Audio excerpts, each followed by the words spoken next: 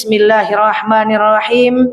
Assalamualaikum warahmatullahi wabarakatuh.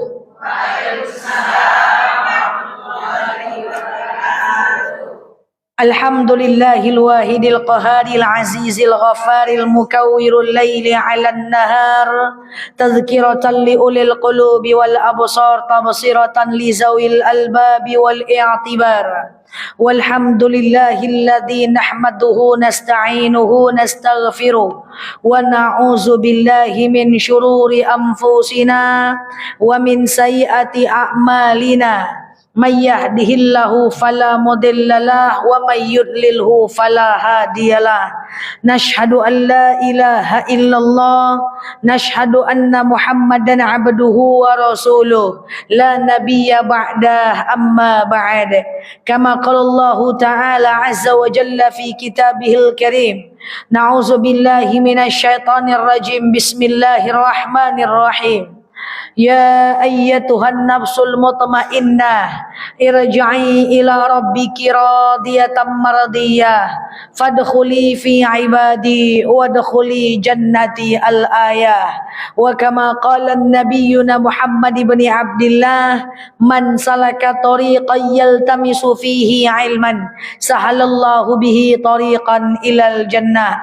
Al-hadis sadaqallahul azim. Ibu-ibu yang saya sayangi karena Allah, sebelum kita mulai kajian kita berdoa kepada Allah, semoga siapapun kita yang hadir, insyaallah Allah sehatkan badan kita, Allah kuatkan jasad kita, Allah tambah ruh keimanan kita, Allah luaskan rezeki kita, Allah angkat segala masalah kita, Allah jauhkan kita dari orang-orang zalim, Allah matikan kita dalam keadaan husnul khatimah. Amin. Allahumma amin. Ibu-ibu yang saya sayangi karena Allah, salatan salaman daimaini mutalazimaini ala nabiyyuna Muhammad ibn Abdullah. Salawat salam kita hadiahkan kepada baginda Rasulullah sallallahu alaihi wasallam dengan lafaz Allahumma salli ala Muhammad wa ala ali Muhammad. Ibu-ibu yang saya sayangi karena Allah, sebagaimana yang telah kita sepakati, insyaallah hari ini kita akan membahas tentang ibadah kurban. Bu, kalau kita bicara tentang kurban, kita itu salut dengan para nabi-nabi sebelumnya, Bu. Kalau semakin ngerti kita sejarah, semakin kita tahu kalau kita ini kurang ibadah. Kita itu jauh beda dengan nabi-nabi sebelumnya, Bu. Kalau kita perhatikan itu, Nabi Ibrahim itu nikah dengan Siti Sarah, nggak punya anak, betul? Setelah nggak punya anak, nikah dengan Siti Hajar, betul? Lama nggak punya anak, disuruh menyembelih anak. Coba bayangkan.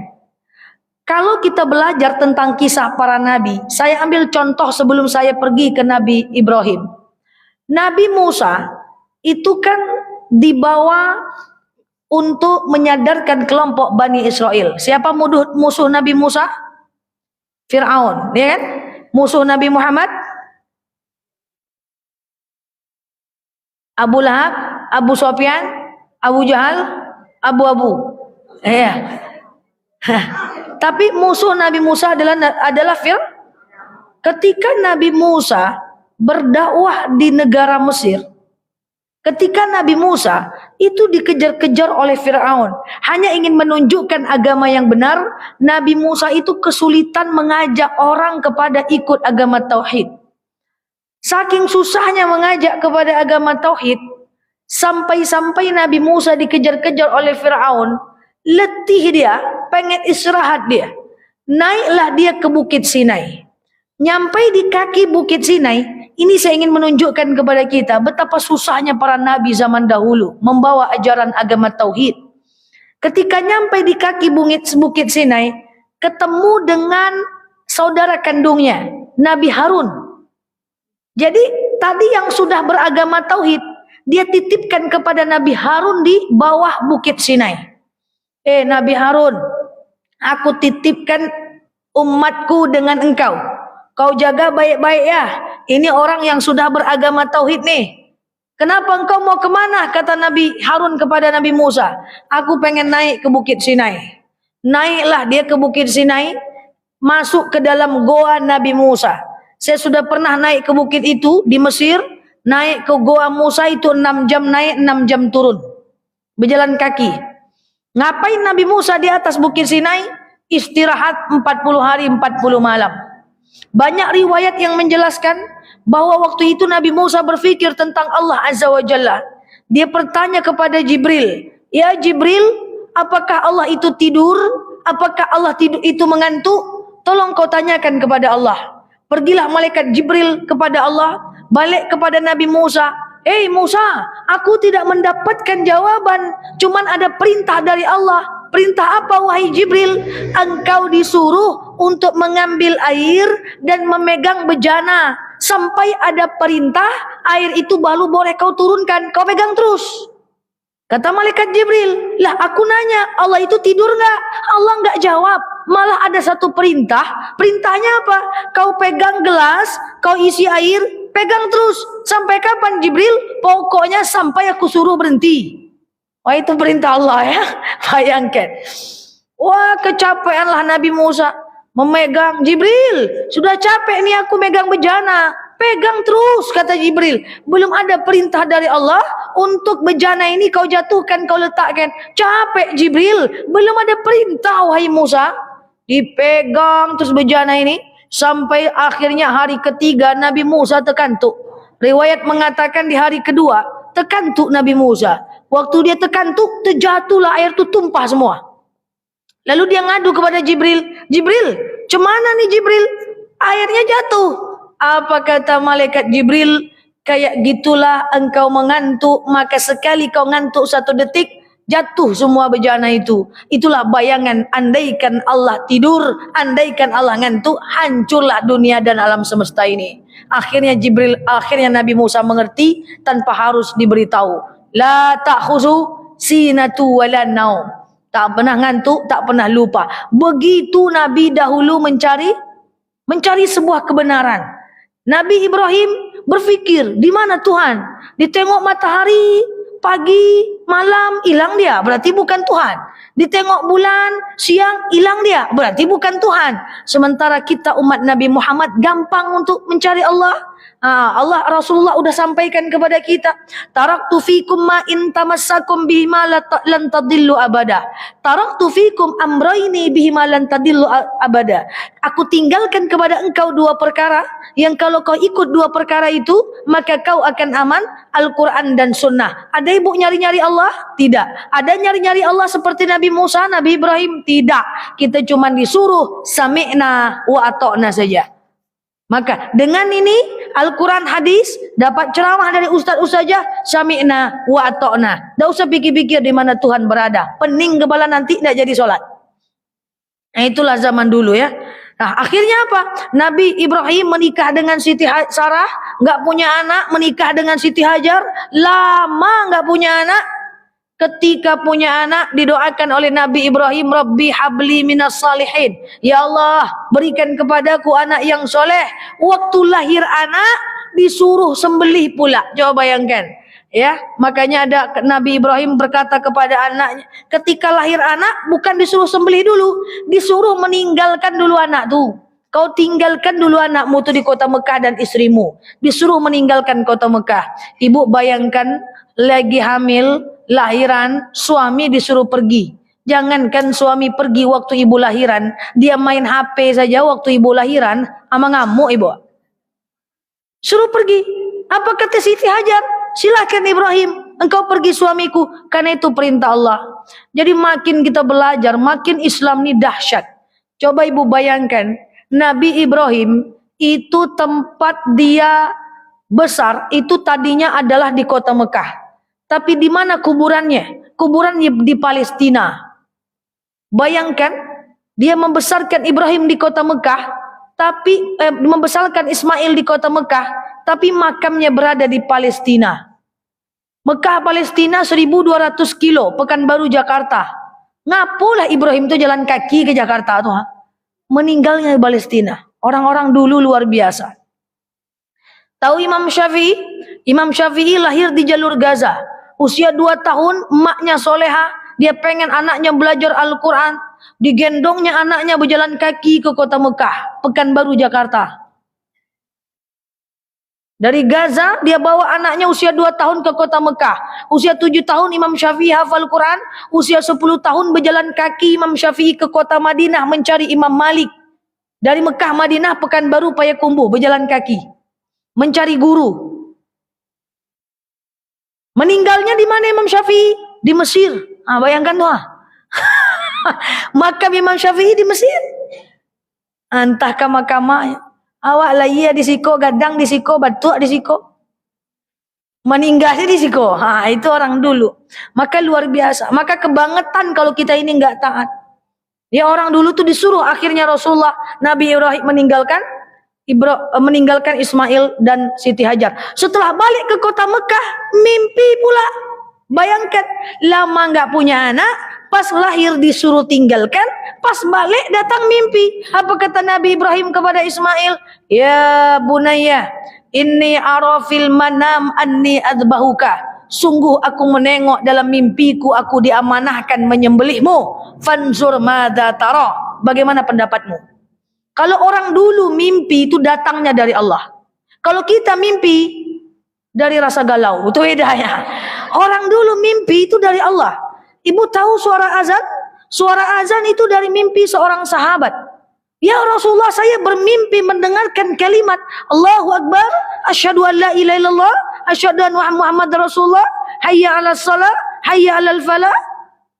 Allahu Akbar, Allahu Akbar, la ilaha illallah. Lalu Nabi Muhammad memanggil Bilal, Bilal ta'al, ke sini Bilal. Kau dengar orang ini, kau masukkan ke otakmu, kau hafal dan kau azankan untuk memanggil orang sholat. Jadi orang dulu tuh mimpi datang dari Allah. Menghasilkan azan dari mimpinya. Ibu mimpi menghasilkan apa? Itulah pokoknya. Apa kata Nabi Ibrahim? Ya bunayya, anakku, dari Siti Hasarah aku enggak punya anak. Dari Siti Hajar aku dapat anak, engkau satu-satunya, engkau wahai Ismail. Aku pengen engkau jadi anak soleh. Mimpi pula aku diamanahkan menyembelihmu. Cemana ini Ismail? Kata Ibrahim lebih kurang begitu. Apa kata Nabi Ismail? Ya abatif al-ma tu'mar. Ayah, if'al ma tu'mar. Kau lakukan saja apa yang Allah perintahkan kepadamu. Satajiduni insyaallah minas sabirin. Semoga aku mendapatimu sebagai orang yang sabar. Usia berapa? 6 tahun. Dan tempat Ismail disembelih itu masih kita bisa lihat sekarang kalau pergi umrah, pergi haji. Di sekitaran Mina dan Musdalifah, di atas bukit melihat sebelah kiri dari bis bisa dilihat ada kayak musola kecil. Disitulah tempat disembelihnya Nabi Ismail oleh Nabi Ibrahim. Dan anak kecil ini ketika ingin disembelih bukan tak takut. Saking takutnya apa kata Nabi Ismail kepada Nabi Ibrahim ketika ingin disembelih? Ayah, di sinikah aku mau disembelih? Ya Ismail, ayah, aku punya beberapa pesan sebelum engkau sembelih aku. Yang pertama, asah pisaumu ayah sebelum engkau sembelih aku. Kenapa Ismail? Aku takut ayah, nanti aku akan merasa sakit kalau pisaumu tak tajam. Ini dalil sebelum menyembelih hewan kurban, pisau diasah dulu. Fazbahu bil ihsan. Bunuh binatang itu dengan cara baik-baik. Bunuh nyamuk sekali tokok, mati. Tak boleh diambil nyamuk, cabut kakinya, cabut sayapnya, gulung-gulung, mati kamu. Tak boleh. Bunuh kalajengking, sekali pukul, mati. Fazbahu bil ihsan. Ayah, asah pisaumu ayah, agar aku tidak merasa sakit. Anak kecil, bukan tak takut. Yang kedua, ayah, ikat tanganku ayah. Kenapa Ismail? Agar aku tak meronta-ronta ayah. Coba.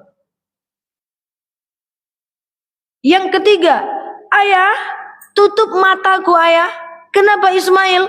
Agar aku tak menengok pisau yang akan menebas leherku ayah. Aku takut ayah. Minta ditutup mata. Ini adalah dalil kalau bisa hewan kurban itu tidak menengok pisau yang akan menebas lehernya. Adab menyembelih. Ini mengasah pisau depan kerbau. Bau, tengok bau. Terkejutlah si kerbau itu, kasihan kita.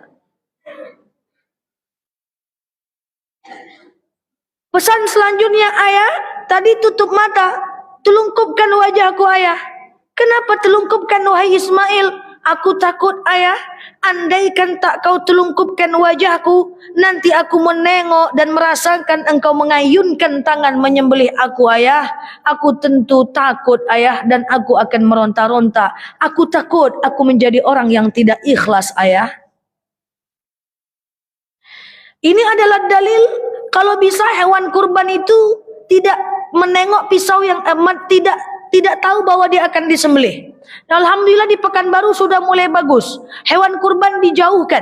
Satu-satu yang mau dipotong dikeluarkan. Ini jaraknya 2 meter. Ditengok kawannya mati. Sebentar lagi ambo kemana? Oh sebentar lagi aku nih. Makanya dia loncat, dia panik action. Dia loncat pagar orang, naik kemana-mana ya. Naik ke minimarket, lari ke Jalan Sudirman. Nanti kalau dia lari, dia mengamuk, ibu bergosip. Kerbau siapa tuh woy? Nomor berapa? Tengok namanya. Patutlah kerbaunya lari. Pak RT rupanya. Allah karim. Tidak ada hubungannya itu. Kerbau lari itu karena nyembelihnya tak sesuai sunnah. Selanjutnya. Ayah. Angkat jubahmu ayah. Kenapa Ismail? Aku takut ayah, andaikan tak kau angkat jubahmu, sewaktu kau potong leherku, nanti akan terkena percikan darahku ayah. Sampai di rumah nampak oleh ibu ayah, sehingga ibu teringat-ingat kepadaku ayah. Aku tak ingin ayah, ibu menjadi orang yang tidak ikhlas. Ayah, kurbankan aku, lupakan aku ayah. Coba, usia 6 tahun. Ini adalah dalil ikhlas. Setelah selesai serahkan uang 2.800.000 ke panitia kurban, jangan ingat-ingat juga duit keluar tuh lagi. Ini serahkan uang 2.800.000 nyampe rumah, bagus beli karpet aku lagi. Nengok jualan karpet online murah. Dapat 10 karpet aku nih. Tak bisa. Kurbankan, ikhlaskan. Apa makna? Maknanya adalah Nabi Ibrahim diuji oleh Allah untuk menyembelih anaknya. Ternyata itu cuma ujian, hasilnya berbuah manis. Masya Allah, dari mereka ada syariat kurban. Kagum kita kepada Abul Anbiya ini. Nabi Ibrahim ini bapaknya para nabi. Yang membangun Ka'bah adalah Nabi Ibrahim dan Ismail. Karena mereka kita ada tawaf. Bukti Nabi Ibrahim membangun Ka'bah, ada makamnya di seberang Ka'bah. Bukti dibantu oleh Nabi Ismail, ada hijr Ismail di samping Ka'bah. Karena mereka ada tawaf. Karena mereka berdua ada kurban. Dan lebih dahsyat lagi, karena Siti Hajar sewaktu ditinggalkan oleh Ibrahim, dia lari-lari kecil Safa Marwah cari air untuk kasih makan Ismail. Kan gitu kan? Waktu ditinggalkan kan dia lari-lari kecil. Wah, suamiku nggak ada. Kemana aku mau minta tolong? Sendiri perempuan di padang pasir. Jalan kaki Safa Marwah, Safa Marwah, Safa Marwah. Muncul air zam-zam di depan Ka'bah. Karena Siti Hajar. Wasilah perjuangan Siti Hajar. Kita merasakan air zam-zam. 3 orang ini luar biasa. Karena mereka kita merasakan kurban. Karena mereka kita bisa tawaf. Karena mereka kita bisa merasakan air zam-zam. Cari agama yang ketika haji bisa mengumpulkan orang sampai jutaan seluruh Indonesia. Serentak Islam agamanya. Cari agama yang bisa mengumpulkan orang sedekah berjamaah seluruh dunia dengan kurban serentak Islam agamanya. Cari agama yang mukjizat Tuhannya adalah air zam-zam yang diminum sebanyak apapun tidak akan pernah habis. Islam agamanya. Tak juga lagi percaya kepada Islam, tak juga mau terikat dengan aturan Islam, tak juga mau patuh dengan ajaran agama Islam. Wajar la'allakum tatafakkarun. Yuk kita mikir bareng-bareng. Ini luar biasa. Karena keluarga, makanya Nabi Ibrahim dikenal sebagai Abul Anbiya, bapak para nabi. Nah itu luar. Makanya ketika diuji, Nabi Ibrahim ngegas. Oke, apapun yang kau lakukan, yang kau minta ya Allah, aku akan berikan. Ternyata diganti dengan binatang. Sehingga akhirnya menjadi syariat. Apa maksud sebelum saya lanjut tentang kurban? Ibu-ibu yang saya sayangi karena Allah. Dalam hidup nih kita diuji, betul ya? Kadang-kadang diuji dengan anak yang maksiat. Diuji dengan suami yang tak soleh. Diuji dengan hujatan orang. dengan kezaliman orang, dengan orang tak suka sama kita padahal kita berbuat baik, dengan kita sudah berbuat baik tapi orang tak bersyukur dengan kita, dengan kita berbuat baik tahu-tahu difitnah, kita udah banyak berbuat baik orang-orang ingat jeleknya kita aja. Dalam kondisi sesulit apapun, saya pesankan kepada kita, itu adalah ujian. Caranya adalah tetap bertahan dalam ibadah. Ketika kita tetap bertahan dalam ibadah, maka buahnya pasti akan manis. Ninda, entah apa-apa yang dibilang. Ustazah, makin saya hijrah, makin saya itu, kok banyak ujian ya? Baru diuji digosip sikit aja. Ustazah, kok makin saya sholat, kok saya itu makin galau ya? Bagus, nggak usah sholat lagi. Entah kama-kama lari ya. Ustazah, kok saya makin baca Quran, kok makin hati saya tak tenang ya? Baca aja lah. Apapun kondisi kita, tetap baca Quran. Senang, susah, tetap baca Quran. Ada masalah atau tidak, tetap sholat. Kadang-kadang Allah tuh cuma pengen lihat kita itu setia enggak? Seperti ujian yang diberikan kepada Ibrahim. Ustazah, kok makin aku taat, makin banyak ya ujian hidupku. Mau ada ujian, mau tidak, tetap ibadah. Karena ibadah itu bukan agar hidup kita senang, tapi ibadah itu kewajiban. Kadang-kadang Allah tuh cuma pengen nguji kita aja. Jangan lagi ucap yang kayak gitu. Kalau kita masih ucap, semakin aku taat, semakin aku susah hidupnya, semakin banyak ujian.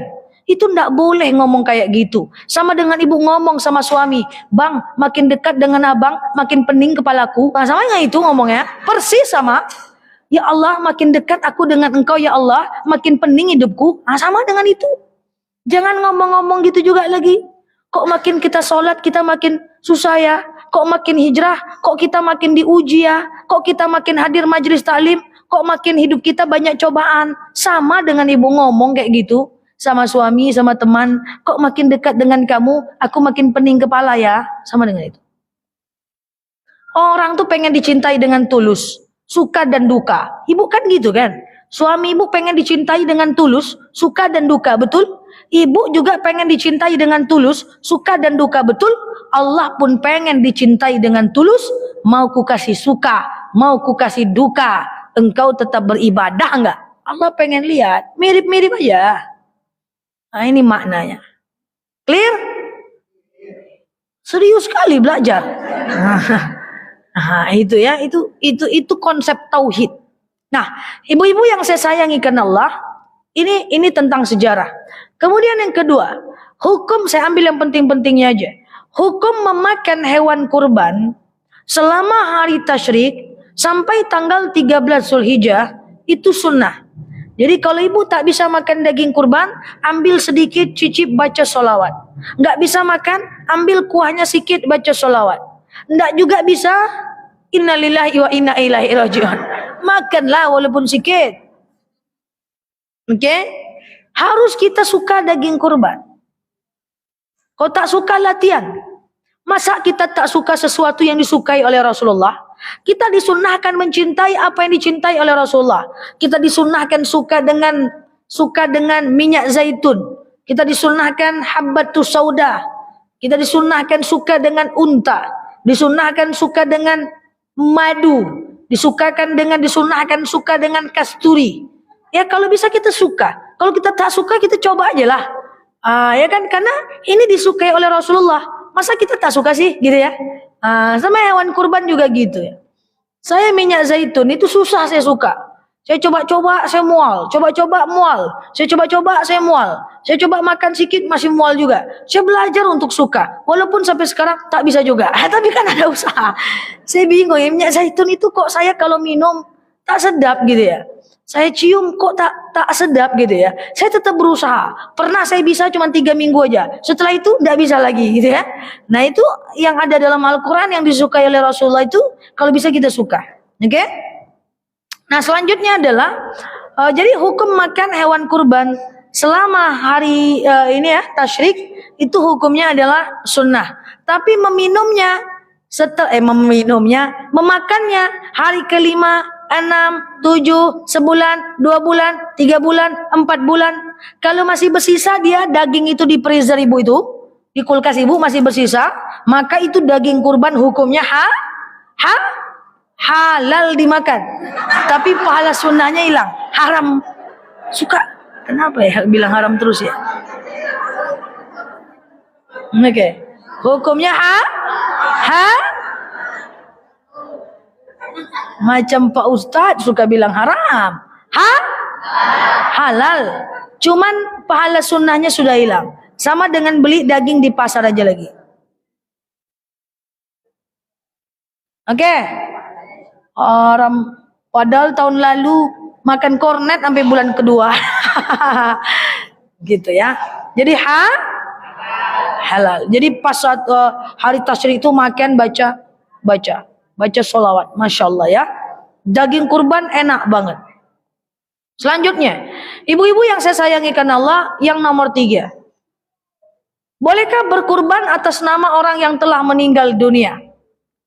Imam Nawawi mengatakan tidak boleh kecuali yang meninggalkan wasiat. Tapi banyak sekali ulama yang membolehkan berkurban atas nama orang meninggal karena itu termasuk amal jariah. Paham? Bahkan ada sebuah sejarah ketika ada seorang anak muda, dia menangis lalu dia berkata kepada Rasulullah, "Ya Rasulullah, saya menengok ada hewan kurban di lapangan ya Rasulullah. Saya sedih ya Rasulullah karena orang tua saya sudah meninggal. Andaikan mak dan bapakku hidup, dia pasti pengen berkurban ya Rasul." Apa kata Rasul? "Kau ambil uangmu dan kau kurbankan atas nama mak dan bapakmu." Jadi kau ditanya, boleh tak berkurban atas nama orang meninggal?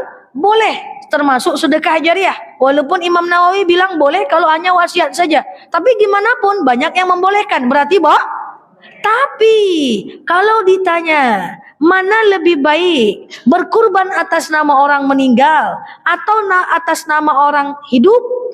Maka tentu lebih baik atas nama orang hidup. Kenapa? Karena berkurban atas nama orang meninggal, itu yang dapat pahala cuma orang meninggal. Tapi kalau ibu berkurban atas nama orang hidup dapat pahala. Dan orang hidup bisa mendoakan pahalanya untuk orang lain, termasuk untuk orang yang meninggal. Clear? Paham? Jadi kalau ibu berkurban itu ibu doa. Waktu disembelih ibu doa. La ya Allah, saya berkurban. Saya doakan pahalanya untuk suami saya, anak saya, orang tua saya, para mujahid, para sahabat saya, para hater saya. Doakan. Doakan karena Rasulullah doa semua Rasulullah. Ya Allah, ini adalah pahala untuk istriku, anakku, anak laki-lakiku, anak perempuanku, para mujahid, orang yang mati syahid, wali ummati kullu, seluruh umat. Sekali dia berkurban, dia doakan semua orang. Maka sahibul kurban, orang berkurban doakan. Hafal doa berkurban. Dihafal. Jadi pas ibu nengok proses pemotongan hewan itu, jangan nasi berfoto-foto aja dengan kerbau itu. Kalau bisa dulu kita ndak hafal, ndak belajar panitia kurbannya baca sih. Cuman kan kalau bisa kita baca sendiri, betul? Ini asik berfoto aja. Panitia kurban sibuk, hanya sibuk belum bener kok. Berfoto ya boleh, berfoto boleh ya, tapi jangan lupa baca doa. Fotonya lucu pula, bau sini bau. Foto before, pas sudah terbelalak mata kerbau tuh, wah after. Buat status, masya Allah tabarakallah, hari ini berkurban, alhamdulillah, semoga rezeki lancar ya, shalalalala. Rupanya dia punya utang tak dia bayar. Alah kau berkurban pamer, utang tak kau bayar. Jadi boleh, posting boleh. Cuman hati-hati ujub dan ria. Hati-hati ujub dan ria. Boleh posting? Boleh, tapi hati-hati ujub dan ria. Apa beda mal farqu baina ujub wa ria? Apa beda ujub ria? Ujub merasa diri paling banyak ibadah, ria biar dilihat orang. Ujub ria. Ujub kalau kita udah berkurban, kita ujub. Saya paling taat nih, saya paling hebat nih, wah saya bisa nih kurban nih, saya paling ahli surga tuh. Itu ujub, merasa diri paling taat. Ditambah pula ria. Ria bukan nama tetangga kita, ria bukan ya. Ria itu adalah ingin dilihat orang. Hati-hati, kedua-duanya kita punya potensi untuk ujub dan ria. Jadi bukan tak boleh posting, silakan posting, Tapi hati-hati si ujub dan si riya.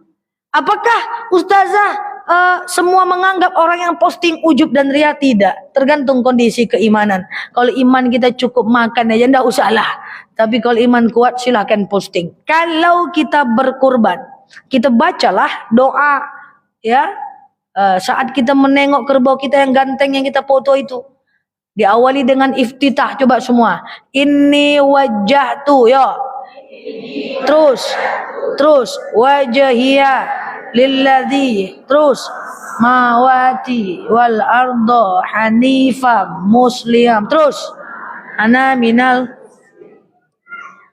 inna salati ya rasuki wa mahyaya wa mamati lillahi rabbil alamin, terus la syarika lahu wa bidzalika umirtu wa ana muslimin. Salawat Allahumma salli ala Sayyidina Muhammad wa ala ali Sayyidina Muhammad. Takbir 3 kali. Allahu Akbar, Allahu Akbar, Allahu Akbar. Baru baca doa sembelih. Allahumma hadhihi minka wa ilaika rabbana taqabbal minni. Ya Allah, rezeki ini darimu, dikembalikan kepadamu. Ya Allah, terimalah dariku. Allahumma hadhihi minka. Semua 1, 2, 3. Allahumma, ay minkanya yang kedengaran. Allahumma hadhihi minka. Yuk. Allahumma hadhihi minka. Lagi.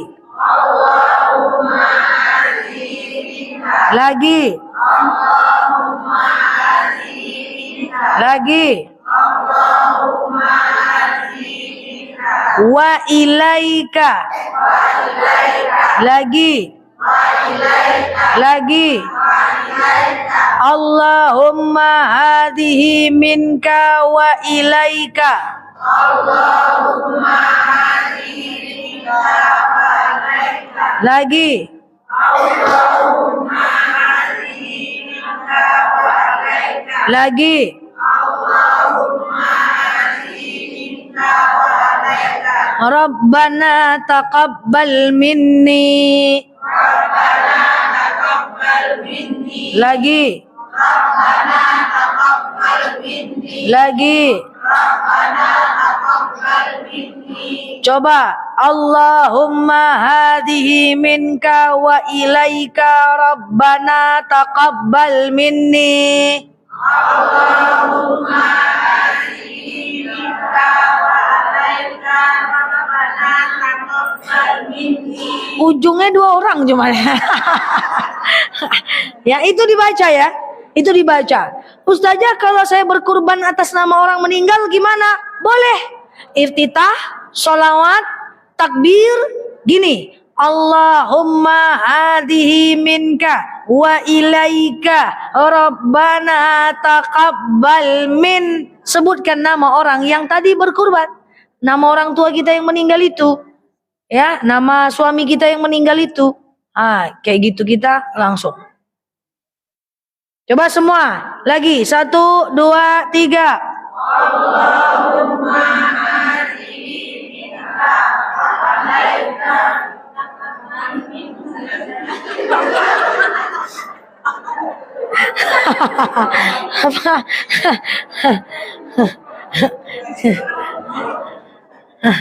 Ini semua HP tegak. Coba ini. Rupa hilanglah filenya nanti ya. Allahumma hazihi minka.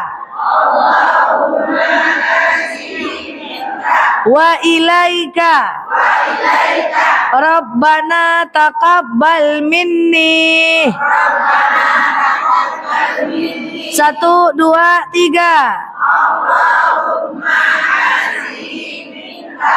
Wa ilaika.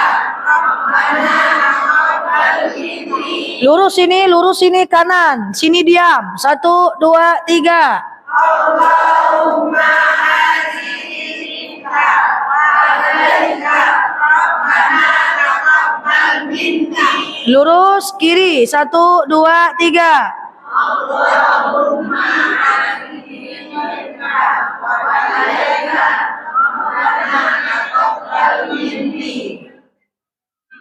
Untuk semua 1, 2, 3. Hazihi minka wa ilaika rabbana taqabbal minni. Tuh, itu dia doanya. Jadi jangan masih berfoto yang kerbau tuh. Baca, ulang pula lagi sampai besok pagi. Yang pertama tadi baca apa? Iftitah. Yang kedua sholawat. Yang ketiga takbir. Yang keempat baru baca yang tadi. Gitu. Ulang lagi sampai pulang.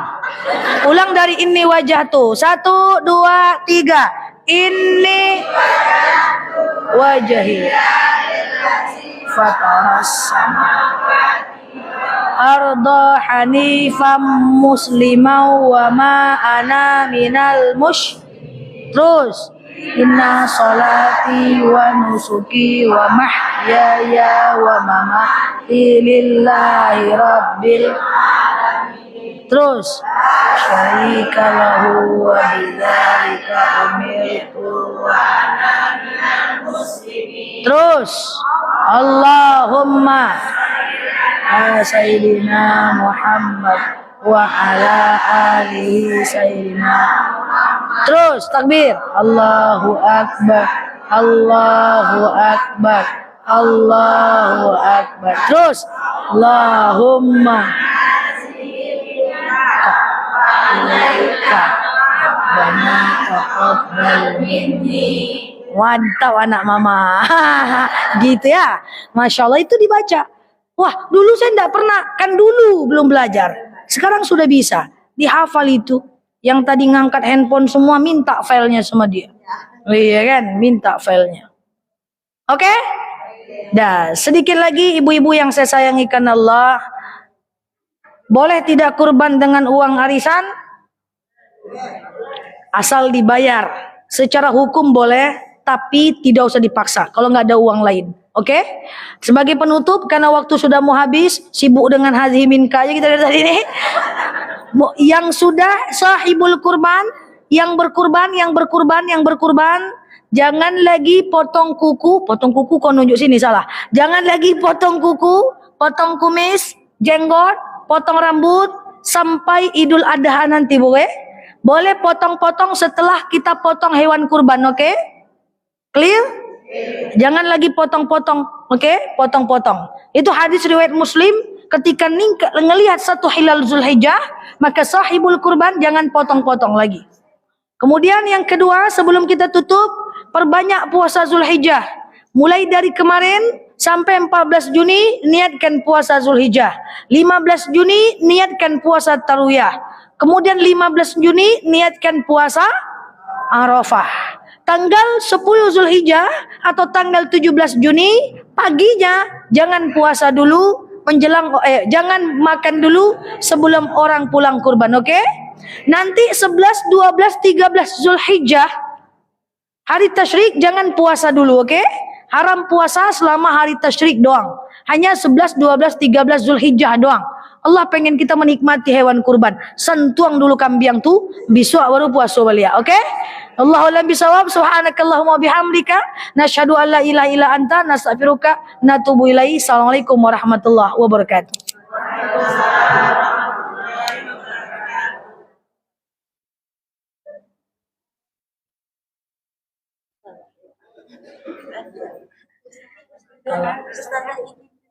Oke. Siap. Dibantu aja, dibantu bisa.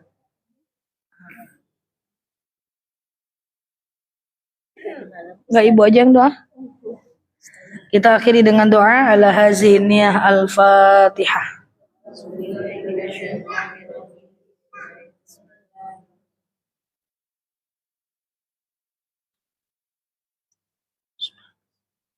Amin ya Allah, amin ya Rahman, amin amin ya mujibas sa'ilin. Allahumma salli ala Muhammad wa ala ali Muhammad.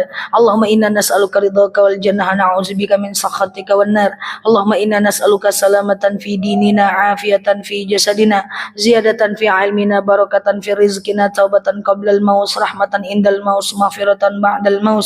Allahumma hawwin alaina fi sakaratil maut, najatan minan nari wal afwa indal hisab. Allahumma antas salam minkas salam wa ilaika ya'udu salam, fahayyina rabbana bisalam wa dakhalna al-jannata darussalam, tabarakta rabbana wa ta'alita ya hadzal jalali wal ikram. Allahumma inna na'udzubika minal hammi wal hazan, na'udzu abaina wa ila arwahi ummahatina wa ila arwahi kulli muslimina wal muslimat. Allahumma ighfir lahum warhamhum wa'afi wa'fu anhum wa akrim nuzulahum wa wasi' madkhalahum waghsilhum bil ma'i was salji wal barad wa naqqihim minal khataaya kama yunakka sabul abyadu minad danasi wa abdilhum daran khairan min dari wa ahla khairan min ahlihim ya rabbal alamin. Allahumma khususan ila arwahi abaina wa ila arwahi ummahatina wa ila arwahi kulli muslimina wal muslimat. Allahumma la tahrimna ajrahum wa la taftimna ba'dahum waghfir lana wa lahum wa li ikhwanina alladhina sabaquna bil iman. ولا تجعل في قلوبنا غلا للذين آمنوا ربنا إنك رؤوف رحيم يا رب العالمين. اللهم خصوصا إلى هذه الجماعة